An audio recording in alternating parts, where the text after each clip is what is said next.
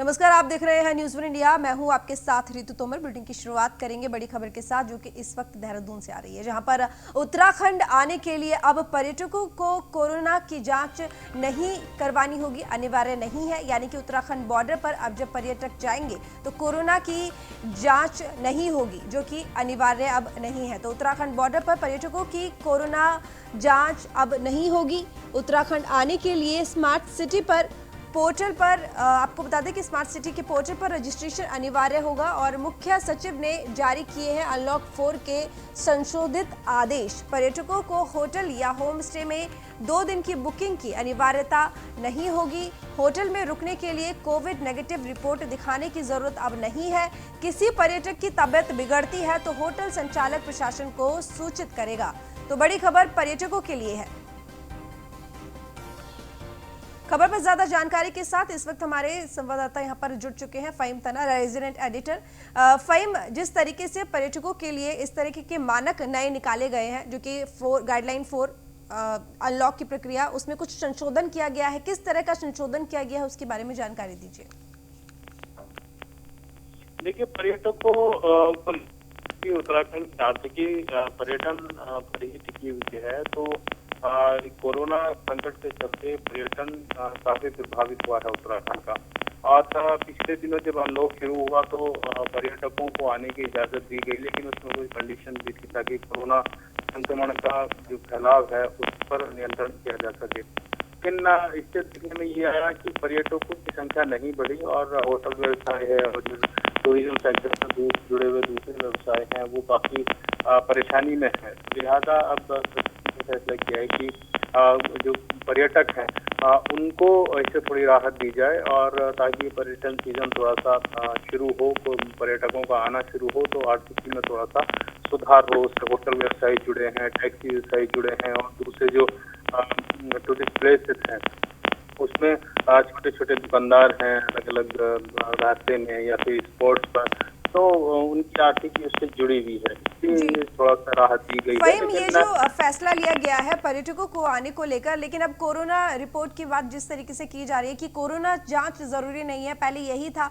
कि corona report होनी चाहिए, कोरोना नेगेटिव होना चाहिए, उसके बाद यहाँ पर होटल में आइसोलेट कर दिया जाता था 2-3 दिन के लिए। ये सारी चीजें जो कि अब नहीं होंगी, तो इस फैसले से संक्रमण पर भी तो असर पड़ेगा। तो उसको लेकर क्या कुछ यहाँ से सावधानियां बरतने के लिए क्या नियम निकाले गए हैं? इसमें लॉजिक ये दिया जा रहा है कि जो अभी तक पर्यटक आ भी रहे थे जो कोविड की रिपोर्ट लेकर के, तो वो कोविड की रिपोर्ट होने का मतलब ये बिल्कुल नहीं है कि वो उनको फिर आगे कोरोना संक्रमण नहीं हो सकता है। तो हो ये रहा था कि कई केसेस में कि जिनके पास निगेटिव रिपोर्ट थी उन्होंने बॉर्डर पर दिखाई भी और होटल में जमा भी की, लेकिन उनको यही रहते रहते देहरादून या उत्तराखंड के किसी हिस्से में फिर वो संक्रमित हो गए, उनकी फिर पॉजिटिव आ और उसके बाद वो संक्रमित की संख्या में गिने गए हैं। तो लिहाजा इसलिए ये माना गया है कि जो आ रहे हैं उनका चेकअप तो हो ही रहा है, उनका एंटीजन टेस्ट भी हो जा रहा है, उनका होटल में भी और जहां पर भी वो जा रहे हैं जो उनका टेस्ट है, रैपिड टेस्ट है, वो होते हैं, सब जगह व्यवस्था है। तो अगर कहीं उसमें कोई पकड़ में आता है, कोई संक्रमित तो उसको उस तरीके से ट्रीटमेंट दिया जाएगा। लेकिन अगर बाद में भी हो सकता है तो वो निगेटिव रिपोर्ट साथ में रखने के बावजूद भी हो सकता है। तो इसका ये कोई जी ठीक, फहीम बने रहिए आप हमारे साथ। तो आपको बता दें कि जो भी पर्यटक उत्तराखंड जा रहे थे उनके लिए एक खुशखबरी यहाँ पर है। जो भी नियम बनाए गए थे कोरोना को लेकर उनमें थोड़ा सा बदलाव किया गया है, यानी कि अनलॉक 4 की जो गाइडलाइंस हैं उनमें संशोधन किया गया है प्रशासन की तरफ से। अब पर्यटकों की कोरोना की जांच अनिवार्य नहीं होगी। उत्तराखंड बॉर्डर पर पर्यटकों की कोरोना जांच अब नहीं होगी। उत्तराखंड आने के लिए स्मार्ट सिटी के पोर्टल पर रजिस्ट्रेशन कराना अनिवार्य होगा, यानी कि स्मार्ट सिटी के पोर्टल पर रजिस्ट्रेशन आप कराएंगे तभी आप एंट्री कर सकते हैं, जो कि बहुत अनिवार्य है। और मुख्य सचिव ने अनलॉक 4 के संशोधित आदेश जारी किए हैं। पर्यटकों को होटल या होम स्टे में 2 दिन की बुकिंग की अनिवार्यता भी नहीं है। यानी कि पहले ऐसा होता था कि जब पर्यटक जाते थे तो उनको 2 या 3 दिन होम स्टे रहना पड़ता था या होटल में रहना पड़ता था, उसके बाद उनको बाहर जाने की इजाजत थी। लेकिन अब ऐसा नहीं है, इस नियम में बदलाव कर दिया गया है। वहीं होटल में रुकने के लिए कोविड नेगेटिव रिपोर्ट दिखाने की भी अब जरूरत नहीं है। यानी कि अगर आप होटल लेते हैं और होटल में रुकने जाते हैं तो अब उसके लिए आपको जरूरत नहीं है कोरोना रिपोर्ट दिखाने की।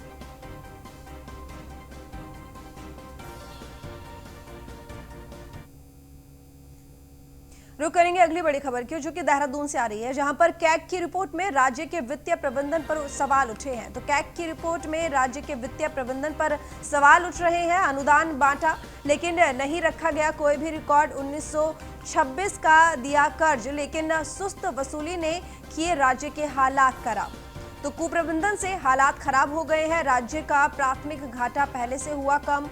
कैग ने अच्छी वित्तीय स्थिति के लिए संकेत 2014 और 15 में दिए। और बता दें आपको कि 2014 और 15 में प्राथमिक घाटा 3420 करोड़ था, वर्तमान में 2845 करोड़ रह गया। और 31 मार्च 2019 तक की रिपोर्ट में कहा गया कि सरकार ने 1926 करोड़ का कर्ज दिया। रिपोर्ट के मुताबिक कर्ज देने की गति तेज रही है लेकिन वसूली सुस्त रही है। तो कृषि एवं संबंधित सेवाओं, ऊर्जा, परिवहन को विशेष रूप से कर्जा दिया गया। 2018 में भी विभिन्न विभागों ने 37.66 करोड़ के अनुदान यानी कि 37 करोड़ 66 लाख के अनुदान दिए हैं, लेकिन रिकॉर्ड नहीं रखा गया। लोक ऋण का बड़ा हिस्सा उधार चुकाने पर खर्च हुआ है और निवल ऋण क्षमता 1318 करोड़ रह गई है। उधार ली गई राशि पर ब्याज 68% से बढ़कर करीब 81% पहुंच गया है। तो बता दें, कैग की रिपोर्ट में राज्य के वित्तीय प्रबंधन पर सवाल उठे हैं। अनुदान बांटा गया लेकिन उसका रिकॉर्ड नहीं रखा गया।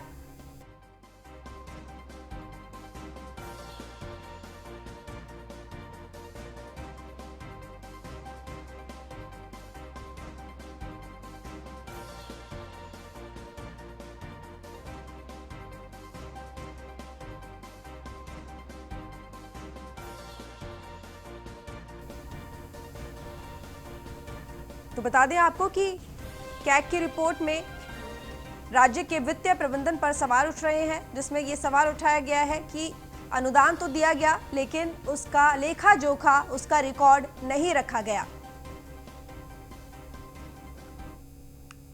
देहरादून से ही खबर है, जहां पर कांग्रेस विधायकों का प्रतिनिधिमंडल राजभवन पहुंचा है। कांग्रेस प्रदेश अध्यक्ष प्रीतम सिंह के नेतृत्व में राजभवन पहुंचा प्रतिनिधिमंडल और विधायक मनोज रावत और ममता राकेश, आदेश चौहान भी हैं शामिल। और कोरोना, बेरोजगारी और किसानों के मुद्दे पर राजभवन पहुंचा है कांग्रेस नेताओं का ये प्रतिनिधिमंडल। कांग्रेस नेताओं ने राज्यपाल को ज्ञापन सौंपा है। तो राजभवन पहुंचा है कांग्रेस का प्रतिनिधिमंडल और कोरोना, बेरोजगारी और किसान बिल को लेकर ज्ञापन सौंपा गया है राज्यपाल को।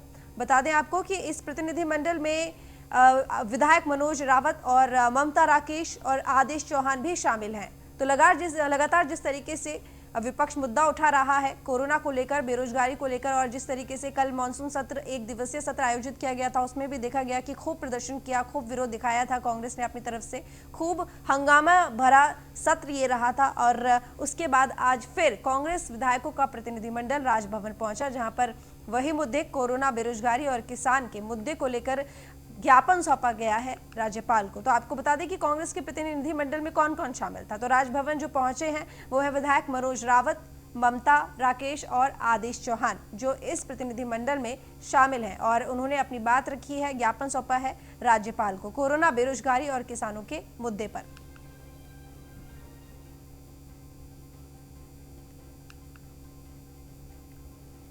तो कांग्रेस प्रदेश अध्यक्ष प्रीतम सिंह के नेतृत्व में ये कांग्रेस का प्रतिनिधिमंडल राजभवन गया है। लगातार विपक्ष अपनी तरफ से सरकार को घेरने की कोशिश कर रहा है और ये बात कही जा रही है कि कोरोना की व्यवस्था बनाने में या कोरोना से जीतने में राज्य सरकार पूरी तरीके से विफल रही है, रोजगार मुहैया नहीं करा पाई है आज इस वक्त। और सबसे बड़ी बात यह कि जिस तरीके से कृषि बिल केंद्र सरकार में पास हुआ है और उसको लेकर पूरे देश में विरोध की आवाजें उठ रही हैं और उन तीनों बिलों को लेकर उत्तराखंड में भी विरोध के स्वर उठ रहे हैं। और जिस वजह से कांग्रेस का प्रतिनिधिमंडल राजभवन पहुंचा है और राज्यपाल को ज्ञापन सौंपा गया है इन सभी मुद्दों को लेकर।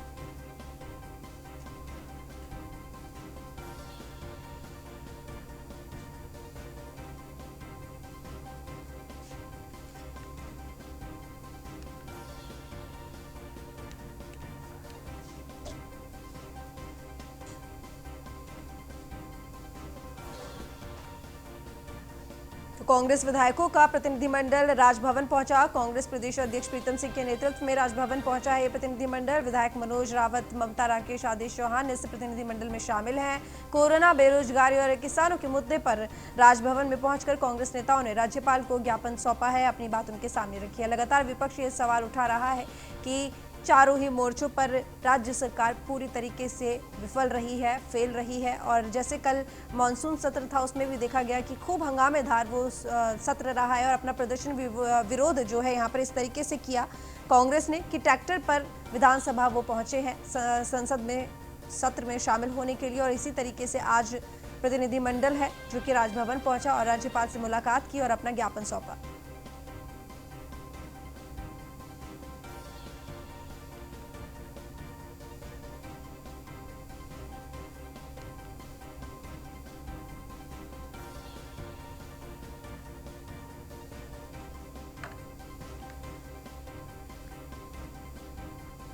तो कांग्रेस नेता गरिमा दसौनी हमारे साथ जुड़ी हुई हैं। बहुत स्वागत है आपका न्यूज़ वन इंडिया पर गरिमा जी।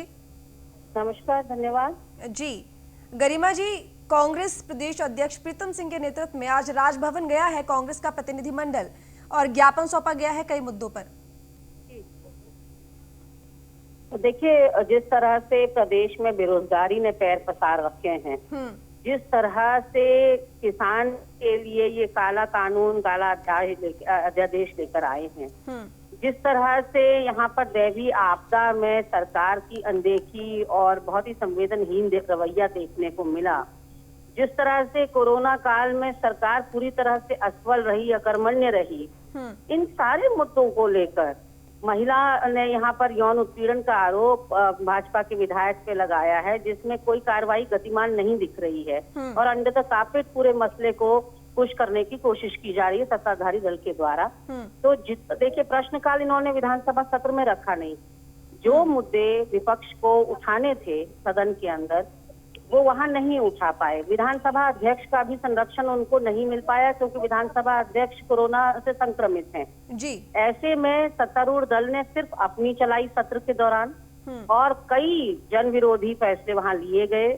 तो उन सारी ही मुद्दों को अब कोई और चारा विपक्ष के पास था नहीं जी। तो संवैधानिक पद होने के नाते राज्यपाल महोदया से मिलकर उन्होंने ये सारे प्रदेश के जो ज्वलंत मुद्दे हैं, जो एक विपक्ष की जिम्मेदारी होती है, कर्तव्य होता है उठाना, उसको लेकर, सब मुद्दों को लेकर वहाँ जो प्रदेश के इस बीच कोरोना काल में जो सरकार की संवेदनहीनता देखने को मिली, वो सारे मुद्दे लेकर गए और मुलाकात करी वहाँ पर। और जो बात को सदन में नहीं उठा पाए, उनको नहीं उठाने दिया गया, वो सारे बात वहाँ रख के आए हैं।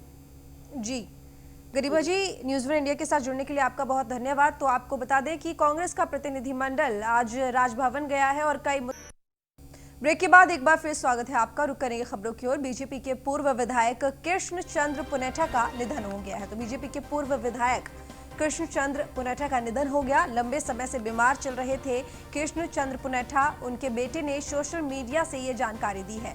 बीजेपी के नेताओं ने पूर्व विधायक के निधन पर दुख जताया है। यूपी के पिथौरागढ़ विधानसभा से 2 बार विधायक रह चुके हैं पुनेठा। आपको बता दें कि लंबे समय से वो बीमार चल रहे थे और यूपी के पिथौरागढ़ विधानसभा से 2 बार विधायक भी रह चुके हैं। तो बड़ी खबर इस वक्त की, बीजेपी के पूर्व विधायक कृष्ण चंद्र पुनेठा का निधन हो गया है। लंबे समय से वो बीमार चल रहे थे और साथ ही उनके बेटे ने सोशल मीडिया के जरिए ये जानकारी दी है। बीजेपी के नेताओं ने पूर्व विधायक के निधन पर दुख जताया है। यूपी के पिथौरागढ़ विधानसभा से 2 बार विधायक भी रह चुके हैं पुनेठा।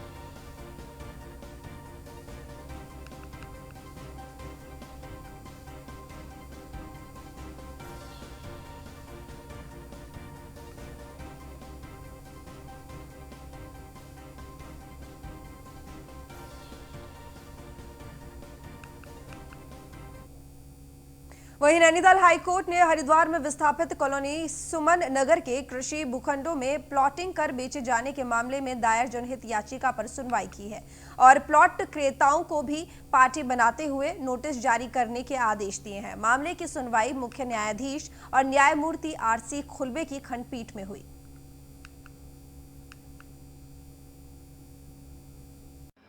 जो कि विस्थापितों के लिए कॉलोनी बसाई हुई है जिला हरिद्वार में ये स्थान का नाम है सुमन नगर। इसको बोलते हैं पुनर्वास स्थल।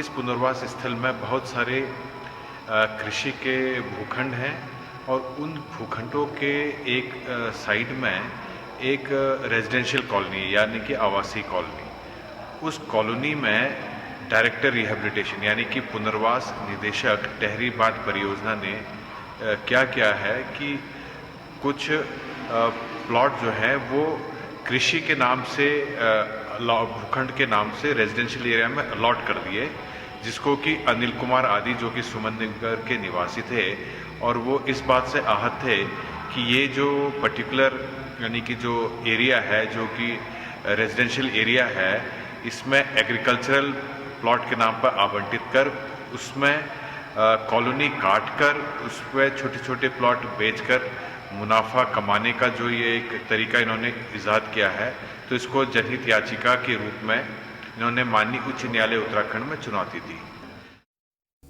रुक करेंगे अगली खबर की ओर जो कि हरिद्वार से है। बता दें आपको कि ग्रामीण क्षेत्रों में अब बिजली कटौती से हो रही है सभी ग्रामीणों को परेशानी, यानी कि ग्रामीणों को बिजली कटौती की वजह से परेशानियों का सामना करना पड़ रहा है हरिद्वार में। हरिद्वार से खबर हम आपको बता रहे हैं, जहां पर दिन में 2 से 4 घंटे तक की बिजली गुल रहने से काम काज ठप हो गया है। बिजली कटौती से परेशान ग्रामीणों ने अधिशासी अभियंता को ज्ञापन सौंपा है। स्थानीय फॉल्ट की प्रमुख समस्याओं को जल्द से जल्द होने का बता दें आपको निवारण करने के लिए कहा गया है। तो ग्रामीण क्षेत्र में बिजली कटौती से आम ग्रामीणों को परेशानी हो रही है और दिन में 2 से 4 घंटे तक बिजली गुल रहने से कामकाज ठप हो गया है। बिजली कटौती से परेशान ग्रामीणों ने अधिशासी अभियंता को ज्ञापन भी सौंपा है। स्थानीय फॉल्ट की प्रमुख समस्याओं का जल्द से जल्द निवारण हो, इस तरह की मांगे हैं ग्रामीणों की।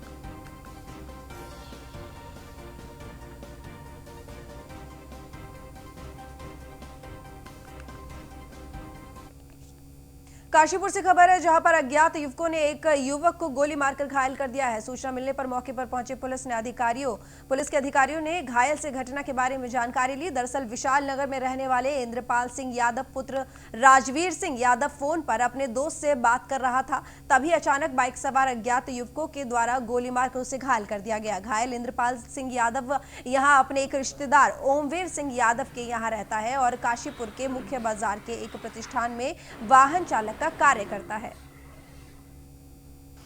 देखिए, करीब 7:30 बजे ये सूचना आई थी कि एक इंद्रपाल यादव नाम के व्यक्ति को साईं मंदिर के पास गोली मारने की सूचना प्राप्त हुई थी।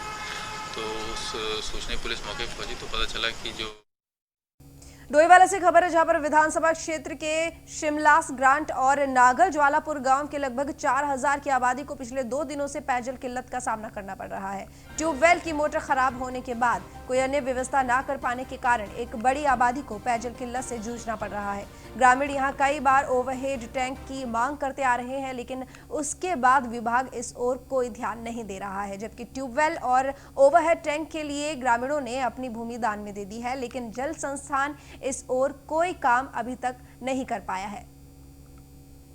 संस्थान का 2 ग्राम पंचायतों का ट्यूबवेल एक ही है, नागल ज्वालापुर शिमलास ग्रांट। ये 2 दिन से बंद है और इसकी जो हमें पता लगा है कि मोटर फूक गई है और हम लोगों ने इसकी मांग भी करी थी कि ओवरहेड टैंक बन जाए 2 ग्राम पंचायत में, लेकिन आज तक नहीं बन पाए। ज़मीन भी उपलब्ध है सरकार के पास भी और यहाँ पर विभाग के पास भी, लेकिन कोई कार्रवाई नहीं हुई। मुख्यमंत्री की घोषणा के सामना पड़ रहा, पीने का पानी नहीं मिल रहा और नदी पे जा रहे हैं, गंदा पानी है वहाँ भी, इसलिए ये ट्यूबवेल 2 दिन से खराब हुआ पड़ा। डोईवाला से खबर है, जहां पर डोईवाला क्षेत्र में हुई बारिश और तेज हवाओं के कारण किसानों की धान और गन्ने की फसल गिर गई है, जिससे किसानों को काफी नुकसान पहुंचा है। पहले से ही परेशानी की मार झेल रहे किसानों पर हुई बारिश और हवाओं ने और ज्यादा परेशानी पैदा कर दी है, जिससे कि किसान हताश और निराश है। अब किसान सरकार की ओर ही मुआवजे की आस लगाए बैठा है। इस बार कुदरत ऐसे नाराज हो रखा है हम किसानों से कि कहीं ना कहीं सोचने की बहुत ज़रूरत है कि क्या हमसे गलती हो गई। कारण है कि पिछले दिनों जब गर्मी का मौसम था तो ओलों और आंधी से गेहूं और बागवानी की फसल को बहुत नुकसान हुआ था, और अब जो कल की बारिश पड़ रही है उससे धान और गन्ने को एक तरह से इतना नुकसान हुआ है कि कई लोगों का तो गन्ना बिल्कुल सुहा हो गया और धान भी सुहा हो गया। तो अब